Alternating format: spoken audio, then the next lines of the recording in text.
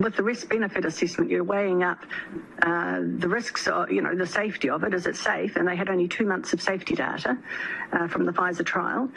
And then the benefit. And the benefit, although we were told it was 95% effective, that is the relative risk reduction, and the absolute risk reduction was 0.84%, and that is the number that should have been explained to the population of New Zealand.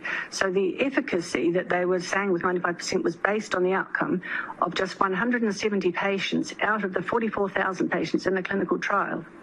So 95% efficacy is a true number, but it's a relative risk reduction, and it's a misleading number, and MedSafe was aware that the efficacy was not 95%. And they identified, you're quite correct, they identified that the clinical trial was not powered to assess transmission, and it became fairly evident very quickly that it didn't stop transmission, it didn't stop people getting COVID anyway, and that was predictable from first principles of immunology and vaccinology, actually. I remember hearing first up about relative versus absolute risk 2 years ago now. I nearly fell off my chair when I realized what that meant. The two are worlds away from each other, aren't they? Anyway, sorry, comments on that.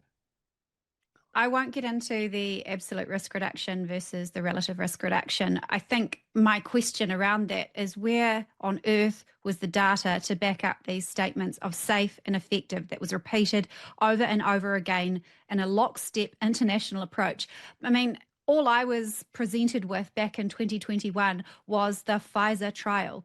And that company has paid the biggest criminal fine in history for misrepresenting and misleading the public on its products, causing death. So in my opinion, and I know in a lot of other people's opinions, it just seemed that there was all risk and no benefit.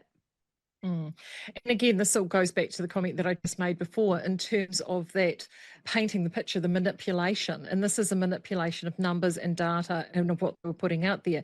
The 95% relative risk reduction is a beautiful number to put out there, and it makes people feel safe and comforted and cared for.